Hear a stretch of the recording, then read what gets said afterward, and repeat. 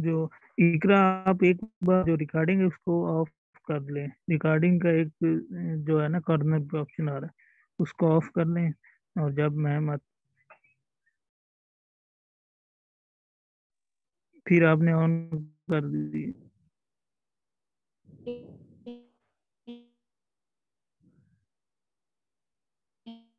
सब लोग chat box में बताते जाएं।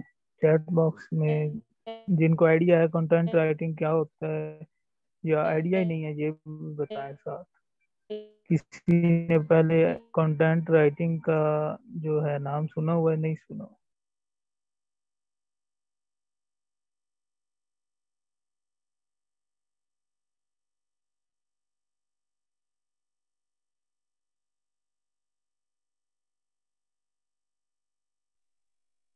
कंटेंट राइटिंग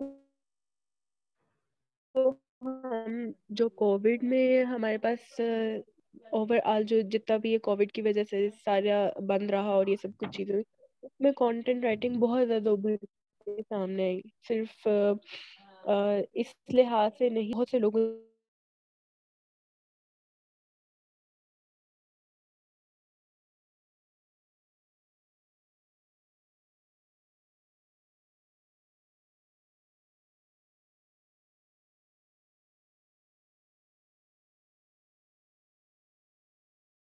वो टाइप्स बहुत वास्ट है, जिसमें आपके पास drama, script writing, business proposals, research work, आपके पास जो है वो वेब वेब राइटिंग, ये बहुत ज्यादा आ जाता है। जो हमारे यहाँ ज्यादा यूज हो रही है वो वेब है, जिसमें हम लोग मैंने कंटेंट राइटिंग पे वर्किंग की थी, कोविड में ही की थी, लेकिन मैं अपनी मसरूफियात के बायस इसको छोड़ दिया था।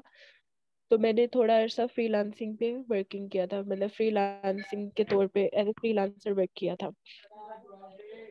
तो कंटेंट राइटिंग में हम लोग मतलब जो यूज करते हैं, हम डिफरेंट टूल्स यूज करते हैं जो कि पेड टूल्स होते हैं।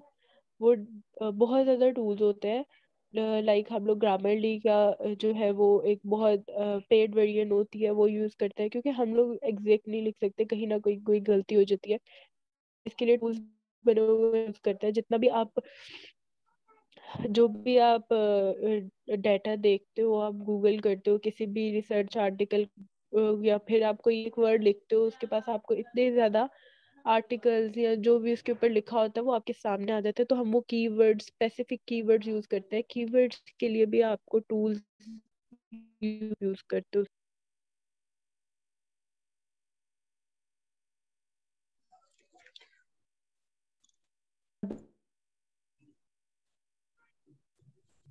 अस्सलाम अस्सलाम वालेकुम। वालेकुम सलाम जी मैम, ओवर टू यू। अस्सलाम वालेकुम। अस्सलाम वालेकुम। I hope you all are fine. Am I audible? You are. Okay. बाकी सब स्टूडेंट्स को मेरी आवाज आ रही है, मैं ये कंफर्म करना चाह रही हूँ।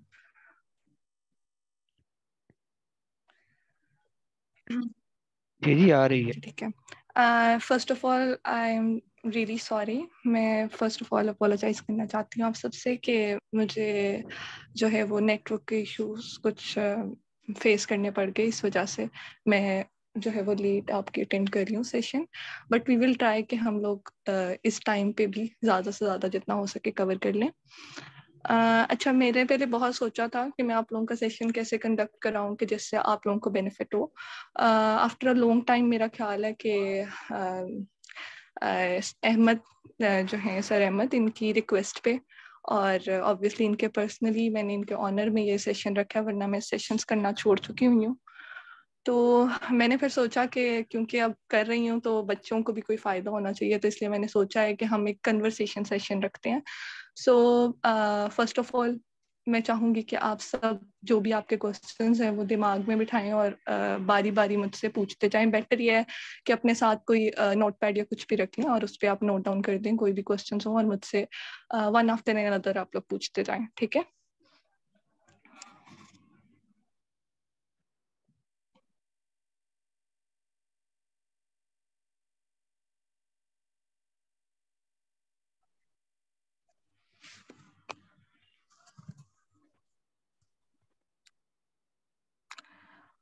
अनम रजा, अगर होस्ट आप काइंडली अनम रजा को अलाउ करें.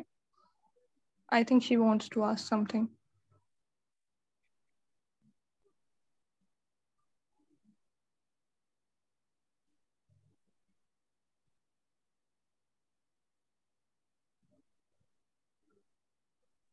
इकरा, जिनका हैंड रेज है उनको अलाउ कर दें.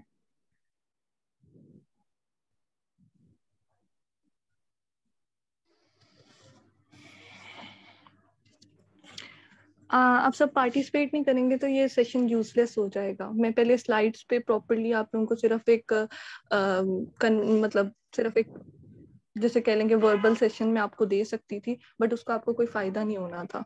वो तो आप लोगों को नेट से भी सारी इन्फॉर्मेशन मिल जाएगी, क्या चीज़ कैसे होती है, कैसे डन करते हैं, कैसे अनडन करते हैं. तो इसलिए मैं चाहती हूँ कि आप लोग वो क्वेश्चंस पूछें जो आप लोगों को कभी समझ नहीं आए, जो आप लोगों को कहीं और से समझने को मिलते नहीं है.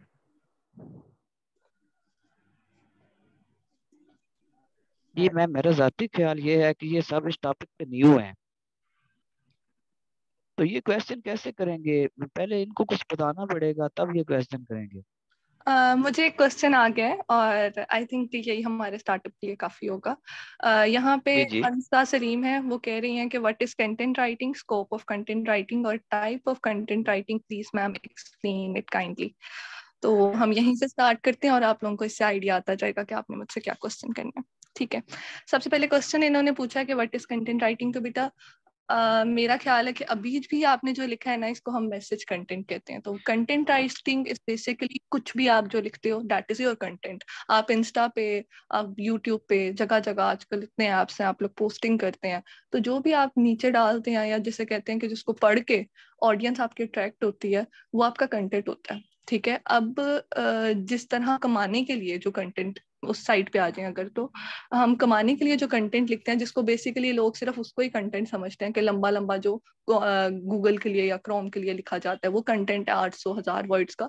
तो वो वाला जो कंटेंट है वो भी एक तरह से ऑडियंस को अट्रैक्ट करने के लिए ही है.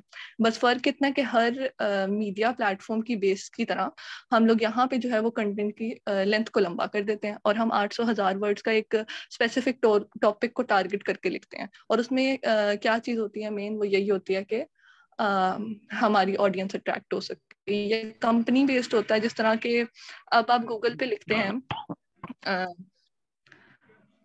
फॉर्मल इनपुट, अच्छा, आप गूगल पे लिखते हैं, जैसे मैं अभी सर्च करूं व्हाट इज कंटेंट राइटिंग, तो इतने सारे आर्टिकल्स आ जाएंगे. अब मुझे जो चीज अट्रैक्ट कर रही होगी मैं उसको क्लिक करूंगी और क्लिक करने के बाद अब एक तरह समझ जाएं कि हम उस कंपनी के बिछाए हुए उस जाल में फंस जाते हैं. फिर हम वो पढ़ते हैं, फिर हम उसको मजीद डिटेल में पढ़ने के लिए उनको मजीद क्लिक करते हैं और इस तरह से हम उस कंपनी की वेबसाइट को व्यूअर नंबर जो है वो इंक्रीज कर रहे होते हैं और आहिस्ता आहिस्ता हम जो है वो ऑटोमेटिकली आपकी जो है ये सॉरी, अच्छा, आई एम सॉरी, मेरे दिमाग से वर्ड निकल गया. खैर, हम लोग जो है उनकी व्यूअर्स को इंक्रीज कर रहे होते हैं और ऑटोमेटिकली उनकी जो है हम लोग इनकम को इंक्रीमेंट दे रहे होते हैं. तो कंटेंट बेसिकली यही है कि किसी भी चीज या किसी भी चीज के बारे में हम लिखते हैं तो वो हमारा कंटेंट है. अब कंटेंट की टाइप्स में जो है आपका एकेडमिक कंटेंट भी आ जाता है, जैसे कि जो हम असाइनमेंट प्रेजेंटेशंस लिखते हैं ये हमारा एकेडमिक कंटेंट है. इसके अलावा हमारे पास जो है वो टेक्निकल कंटेंट होता है जो कि CS से रिलेटेड अगर कोई यहाँ पे बैठे हैं तो वो उससे बेस्ड होता है और उसके अंदर जो है टेक्निकलिटीज होती हैं डिफरेंट. अब वो मैं समझती हूँ मेरे मुताबिक किसी भी बिगनर के लिए वो सबसे मुश्किल काइंड ऑफ कंटेंट होता है. एक कंटेंट होता है हमारे पास जो हम लोग गूगल कंटेंट रखते हैं. अब उसमें जो है वो बेसिकली कॉपी राइटिंग आ जाता है. कॉपी राइटिंग मेरे हिसाब से बिगनर्स के लिए सबसे इजी कंटेंट की टाइप है और उसमें जो है वो इजी क्यों है, वेट फॉर अ व्हाइल. अच्छा, उसमें इजी इस वजह से है वो क्योंकि उसके अंदर आपने बेसिकली लोगों के लिखी हुई रिसर्च को आपने पढ़ना होता है और उसको अपने लफ्जों में लिखना होता है और कॉपी राइटलाइज करने के लिए तो कॉपी राइटिंग आ जाती है. इसके अलावा जो है हमारे पास और टाइप की राइटिंग्स आ जाती हैं, जैसे मैंने अभी बताया एकेडमिक आ गई, SEO राइटिंग आ गई. SEO is basically search engine optimisation, जो कि अभी मैं सुन रही थी तो मैम जवेरिया आपको समझा रही थी कीवर्ड्स का, तो बेसिकली वो यही है कि कीवर्ड आप कोई भी लिखो तो सबसे ज्यादा जो उस दिन का सबसे, हर दिन जो है हमारे कीवर्ड्स की वो चेंज हो रही होती है रेंज, तो उस दिन जो सा सबसे ज्यादा फेमस कीवर्ड चल रहा होगा, आप अगर उस पर कंटेंट लिखेंगे तो ऑटोमेटिकली आपकी वेबसाइट ऊपर आएगी, और जब आपकी वेबसाइट ऊपर आएगी आपको व्यूअरशिप ज्यादा मिलेगी, और ऑटोमेटिकली आपका किस पे जो है वो फाइनेंस पे आपका इफेक्ट पड़ेगा। तो ये चीजें आ जाती हैं। अच्छा, अब ये तो हो गया आपके कंटेंट की types. There are several kinds, मतलब सोशल मीडिया कंटेंट, और मतलब हर तरह के आपको कंटेंट्स जो हैं वो बहुत सारी इसमें टाइप्स आ जाती हैं। जो मेन टाइप्स हैं वो मैंने आपको बता दी हैं, SEO content, copy writing, technical writing, इसके अलावा जो है आपकी स्क्रिप्ट राइटिंग की राइटिंग, तो ये वाली जो है ये हमारी जो है वो मेन आ जाती है। बाकी और इससे जो है जैसे कह लो कि ब्रांचेस में डिवाइड होकर और ज्यादा आपके पास आ जाती हैं कंटेंट की टाइप्स। हम इतनी डेप्थ में नहीं आएंगे क्योंकि वो आपको नुकसान होगा। अच्छा, अब आपके पास स्कोप आ जाता है, तो स्कोप यही है कि जब आप एक तो फ्रीलांसिंग वाली साइट पे लोग काफी जाते हैं, और दूसरा जो है ये लिंक्डइन वगैरह अगर आप कनेक्ट कर रहे हैं तो उसमें आपको काफी कंपनीज ऐसी मिल जाती हैं। बेसिकली अब सबका जो है वो सोशल मीडिया से ही कनेक्ट हो चुका है, चाहे वो कंपनीज हो चाहे वो कुछ भी हो, ठीक है। आप एक नॉर्मल लोकल किसी ऐप या ब्रांड पे भी काम कर रहे हैं ना, तो भी आपको जो है वो सोशल मीडिया की जरूरत है। और सोशल प्लेटफॉर्म पे स्टे करने के लिए आपके लिए बहुत जरूरी है कि आपके पास एसईओ बेस्ड कंटेंट मौजूद हो आपके हर प्रोडक्ट हर चीज के लिए, या फिर जो है आपके पास नॉर्मल अगर सोशल मीडिया की पोस्टिंग भी है तो उसके लिए भी आपके पास कर सकते हैं। तो उसके लिए कंटेंट राइटर्स की बहुत जरूरत होती है। हर डिपार्टमेंट हर जगह, चाहे वो डिपार्टमेंट में कहती हूँ जूते बनाने की कंपनी हो, चाहे वो डिपार्टमेंट जो है वो आपकी ये मोबाइल की सिम्स बनाने की कंपनी क्यों ना हो, हर किसी को कंटेंट चाहिए। चाहे वो एड की सूरत में है, चाहे वो रिटर्न की सूरत में है, चाहे वो गूगल बेस्ड है, चाहे वो आर्टिकल बेस्ड है, आपको हर तरह से जो है वो कंटेंट चाहिए होता है। इसीलिए आपका जो है वो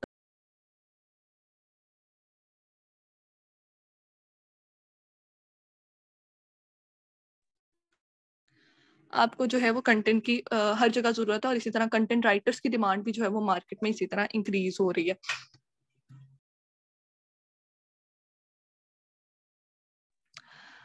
अच्छा, if you move on to other question, तो उसके अंदर है कि what is different between formal and informal content. तो फॉर्मल और इनफॉर्मल कंटेंट में यही डिफरेंस है जो कि अभी मैंने आपको बताया कि जो हमारी कंटेंट की ये कॉपी राइटिंग टाइप आ गई, टेक्निकल राइटिंग आ गई, इसके अलावा एसईओ बेस्ड कंटेंट आ गए, एकेडमिक बेस्ड आ गए, एपीए स्टाइल आ गए, और भी जो भी आपके पास ये सारे कंटेंट है ये आपके फॉर्मल बेस्ड है। अब इनफॉर्मल बेस्ड नहीं है, आपकी दूसरी स्क्रिप्टिंग जो होती है ये वाली आपकी इनफॉर्मल होती है। इसके अलावा आपकी जो है क्या उसे कहते हैं, ये इंस्टा वगैरह के जो कंटेंट्स हैं, अभी भी आप लोगों का भी अगर ऑर्गेनाइजेशन का भी जो पेज इनफॉर्मल है वो फॉर्मल नहीं होता। फॉर्मल का एक फॉर्मेट होता है जिसको हमें बिल्कुल जिसे कहते हैं ना फॉलो करना होता है। तो इनफॉर्मल में ये होता है कि आपके पास कोई फॉर्मेट नहीं है, आपके पास कोई जैसे कह लें कि बाउंड्रीज नहीं है, आप जैसे मर्जी उसको लिख सकते हैं। अगली है, how can you make your information credible और कन्विंसिंग। ओके, सो बेसिकली आपको क्रेडिबिलिटी के लिए, या समझ लें कि आपकी इंफॉर्मेशन जो है वो अप टू द मार्क हो, अपडेटेड हो, इसके लिए आपको बहुत सारी रिसर्च करनी पड़ती है। मैं देखती हूँ अगर मेरे पास अभी स्लाइड्स मौजूद हों तो मैं यहाँ पे डिस्प्ले करती हूँ। अच्छा, इसमें जो होता है ना, आपको सबसे ज़रूरी होता है, जो कि मेरा तरीका है, मेरा 0% प्लेजरिज्म होता है। और इस बात की मेरे क्लाइंट्स या मेरे जो भी जहाँ जहाँ मैं काम करती रही हूँ या जो भी है, ये आपको सब लोग जो है ये चीज़ प्रोमिनेंट बता सकते हैं कि मेरा 0% प्लेजरिज्म होता है, और मेरा रिसर्च जो है वो इतनी स्ट्रांग होती है कि कभी कोई उसको डिनाई नहीं कर सकता, चाहे वो मेरे एकेडमिक्स के काम हो चाहे वो मेरे जॉब के काम हो। अब उसमें मैं एक ट्रिक यूज करती हूँ, बेसिकली वो ये है कि मैं कभी भी ना एक वेबसाइट पे स्टिक नहीं,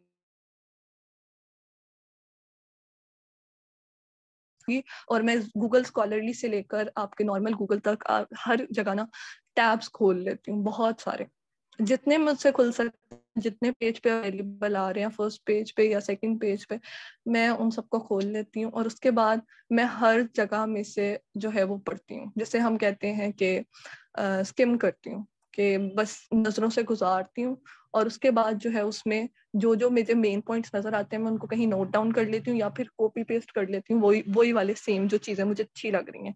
फिर मैं उनको और पढ़ती हूँ और मैं उनको असेंबल करती हूँ और देन मैं उससे जो है वो न्यू जेएस के किसी भी बिगनर के लिए ये ट्रिक ज्यादा इजी है।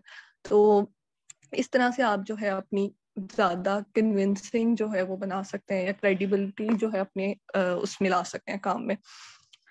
ओके, नेक्स्ट क्वेश्चन है अंसा का, who how we start content writing as a freelancer and how we can earn from content writing.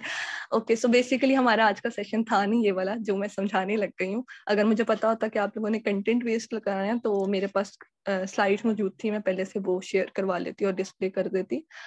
अच्छा, अब आप पूछना चाह रही हैं कि अर्न कैसे किया जाए। तो बेटा अर्निंग के लिए ना through content writing, to be very honest, हमारे यहाँ पाकिस्तान में ना एक ट्रेंड चलता है और उसको लोग इतना इतना पीछे पड़ जाते हैं उसके कि उसकी डिमांड खत्म हो जाती है। अब मैं आपको फर्क बताती हूँ कि असल में होगा क्या है। हमारी जब आया ना ये लॉकडाउन में कोरोना, तो लोगों ने क्या किया कि पाकिस्तान में स्पेशली कि हमारे यहाँ पे जो लोकल राइटर्स थे ना, जिनको एबीसी भी नहीं पता थी कि राइटिंग करते कैसे हैं, तो उन्होंने क्या कहते हैं इतना घिसाया इसको, मतलब कि सब लोग ही एक से सुना, अच्छा ये इंसान जो है कंटेंट से 60,000 कमा रहा है, ये 2 लाख रुपया कमा रहा है। यूट्यूब वाले उससे ज्यादा जो है वो जिसे कहते हैं ना बेतहाशा गलत सही इन्फो दे ही जाते हैं। अच्छा, वो उन्होंने लोगों के इंटरव्यूज लगाना शुरू कर दिए, ये फलानी बच्ची है, इसके फादर नहीं है, इसकी मदर नहीं है, इसने जो है वो 2-2 लाख कमाना शुरू कर दिया। I am right, I think so, आप सबने भी अगर सुना हो। तो उन्होंने कहा जी ये तो इतने सारे जो हैं ये कमाना शुरू हो गए हैं। लोग घर वालों ने क्या बाहर वालों ने सबने बच्चों के दिमाग में डाल दिया भाई कंटेंट से बहुत कमाई होती है, फ्रीलांसिंग से बहुत कमाई होती है। किसी बच्चे को ये भी नहीं पता कि कैसे चलानी है, लेकिन वो फ्रीलांसिंग कर रहा है, ठीक है। अब उससे क्या हुआ, हमने अपने आप को गढ़ लिया। अब क्लाइंट्स पाकिस्तान का रुख बड़ी मुश्किल से करते हैं, उसकी वजह इन लोगों ने खुद उसको डीवैल्यू किया। अब जैसे मैं बहुत अरसे की राइटिंग्स में हूँ, चाहे वो स्क्रिप्ट थी, ड्रामा थी, और मैं बेसिकली मेरा यॉनरा जो है मेन वो है ड्रामा या स्क्रिप्टिंग। तो मैं तो बेसिकली प्लेटफॉर्म्स पे करती हूँ। तो अब जब ये वाला टाइम आया लॉकडाउन वाला या उससे पहले, तो मुझे भी काफी मतलब कंपनीज वगैरह की ऑफर आई। अब मेरा एक स्टैंडर्ड है कि मैंने भाई ये मेरी अर्निंग जो है वो, ये मेरा वैल्यू है एक वर्ड की और मुझे वही चाहिए, ठीक है। मैं हमेशा सबको भी यही कहती हूँ और मैं खुद भी यही मानती हूँ कि आपकी जो वैल्यू होती है, आपकी जो जिसे कहते हैं ना कि आपकी मेहनत की जो कमाई है, उससे नीचे नहीं जाना चाहिए। या तो पैसे लो ही ना, या लेने हैं तो अपनी मेहनत के हिसाब से लो, ठीक है। अब मेरी जो वैल्यू है वो अक्सर लोग ना वहां पे आके मुझे चोन लग जाते हैं कि नहीं वो तो फलाना तो हमें इतने थोड़े पैसों में भी काम कर देता है। मतलब इन्होंने जो बिगनर्स थे या जिनको आता नहीं था कंटेंट, इन्होंने क्या किया कि घर वेले तो बैठे हैं, तो उन्होंने ना 0.2 में पर वर्ड या उससे भी कम कम प्राइस में ना काम करना शुरू कर दिया। अब उन्होंने जब काम किया तो कम क्रेडिबिलिटी नहीं रख,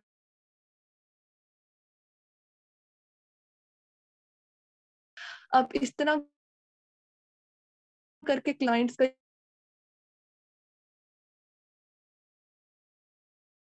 यकीन उठता गया कि यहाँ वाली जो कंट्री है, हम एक हमारा वो ट्रेंड चल जाता है, तो कभी कभी ऐसे भी बन जाता है कि यहाँ के लोग जो है या इस एरिया के लोग जो है ये अच्छा काम नहीं करते हैं, एक एक की वजह से सबका नाम खराब हो जाता है। तो बेसिकली इस तरह से करके इन्होंने मार्केट को डीवैल्यू कर दिया। जहाँ पे पहले एक वर्ड, बहुत पहले की बात है जब मैंने बिल्कुल काम स्टार्ट किया था, तब एक वर्ड की 1 रुपया प्राइस होती थी। अब तो बहुत बढ़ गई हुई है प्राइस। तो पहले एक वर्ड की 1 रुपया प्राइस होती थी, तो तब के जमाने में लोग 0.2 पे जो काम कर रहे थे ना बिगनर्स, उन्होंने हमारी 1 रुपए की वो जिसे कहते हैं ना प्राइस को भी गिरा दिया और हम लोगों ने काम छोड़ दिया एक तरह से, क्योंकि हम लोग सिर्फ उन्हीं के साथ काम कर रहे हैं जो हमें वैल्यू दे रहे हैं। जो नहीं दे रहे उनके साथ हम काम नहीं कर सकते ना।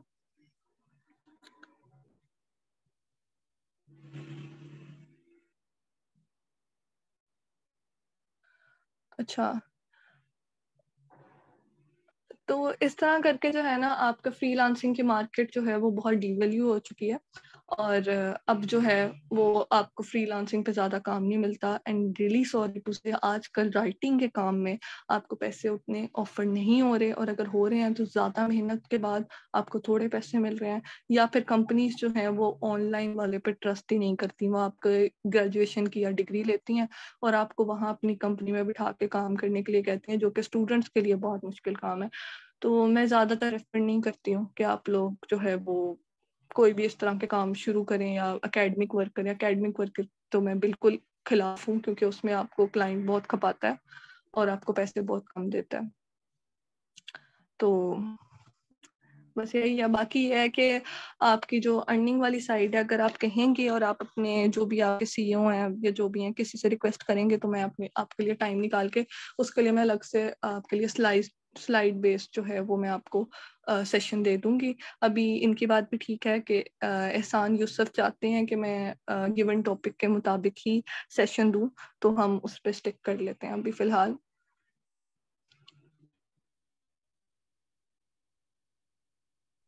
अगर मीटिंग खत्म हो जाए तो इस लिंक से रीज्वाइन कर लें, क्योंकि 40 मिनट होने वाले हैं। तो 40 मिनट के बाद मीटिंग एंड हो जाती है, तो इसी लिंक से आप लोग सब लोगों ने दोबारा रीज्वाइन करना है। ठीक है, आई होप कि सबको समझ आ गया कि वो रीजॉइनिंग का कह रहे हैं। अच्छा, एहसन यूसुफ का क्वेश्चन है, ma'am you have continue according to the given topic because mostly come according to the main topic mostly wants to learn about the given topic. अच्छा, ड्रामेटिक अब हम साइड पे आ जाते हैं। कंटेंट की बहुत बात हो गई है और मैंने बताया कि अर्निंग वाला इज अ लॉन्ग सेशन और उसके लिए हम एक सेपरेट सेशन रख सकते हैं, बट अगर अभी मैं अर्निंग घुसाऊंगी तो आपका सब कुछ मिक्स हो जाएगा। कंटेंट और स्क्रिप्ट दो अलग चीजें, ठीक है। तो अगर अभी मैं कंटेंट समझाऊंगी तो वो फिर स्लाइड बेस्ड होगा, क्योंकि उसमें टेक्निकलिटीज बहुत ज्यादा होती हैं, तो वो मैं स्लाइड्स पे या फिर वो जैसे कहते हैं ना बिल्कुल लाइव आके तो फिर समझा सकूंगी। वो इस तरह समझ आपको नहीं आएगा, जो बिल्कुल बिगनर्स हैं उनको नहीं आएगा। अभी हम स्क्रिप्ट पे स्टिक हो जाते हैं, तो ठीक है। अब मैं एहसन यूसुफ से चाहूंगी कि आप काइंडली माइक ऑन करके अगर आप क्वेश्चन रेज करें कि आप क्या समझना चाहते हैं, तो हम स्टिक अब जहाँ पे अपने टॉपिक पे करें हम वहीं से स्टार्ट करते हैं।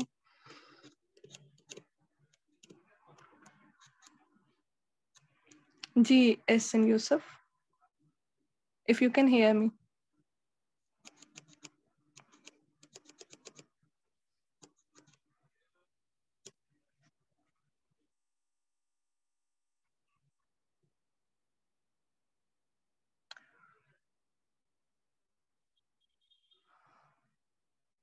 Okay, ma'am, please tell about scripts. Okay, I will let you know about the scripts.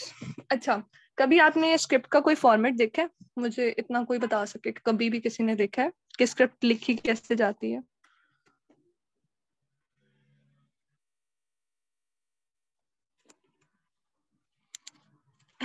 Okay, नहीं देखा।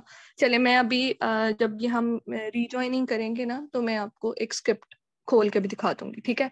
उससे पहले मैं आपको वैसे बताती हूँ। अच्छा, स्क्रिप्टिंग या ड्रामा लिखना इज टैलेंट जो कि मेरा ख्याल है कि हर किसी में मौजूद नहीं होता। कंटेंट या दूसरी चीजें लिखना ना आप सीख सकते हैं, आप इंग्लिश सीख सकते हैं, आप अपनी लाइफ में बहुत सी चीजें सीख सकते हैं, बट क्रिएटिविटी एक ऐसी चीज है जिसको सीखा नहीं जा सकता, वो आपके विद इन होती है, उसको ढूंढा जा सकता है। हर किसी का चीजों को देखने का नजरिया और है। जैसे कि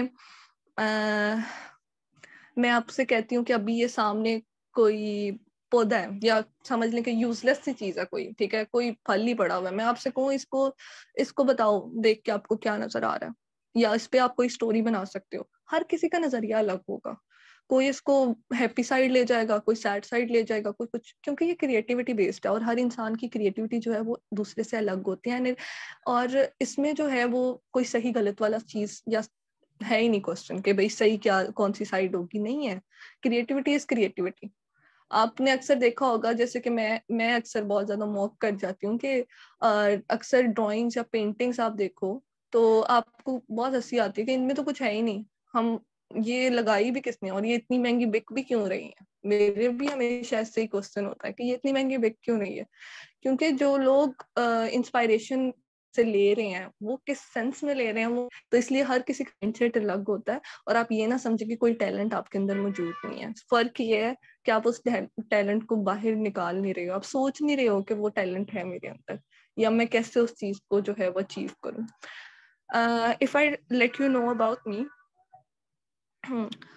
तो मैंने जो है वो कभी भी बहुत ये जो है ना वो एक ट्रिक वो भी है कि क्या मतलब क्वेश्चन वाली बात है कि मैंने कभी भी किसी भी राइटर का काम नहीं पढ़ा था, ना मैंने कभी ड्रामास देखे थे। मतलब मैं स्क्रीन पर्सन थी नहीं कि मैं ऑन स्क्रीन पर्सन थी नहीं कि मैं ज्यादा ड्रामास देखूं मूवीज देखूं, कभी भी नहीं देखी थी मैंने अपने स्कूल टाइम तक।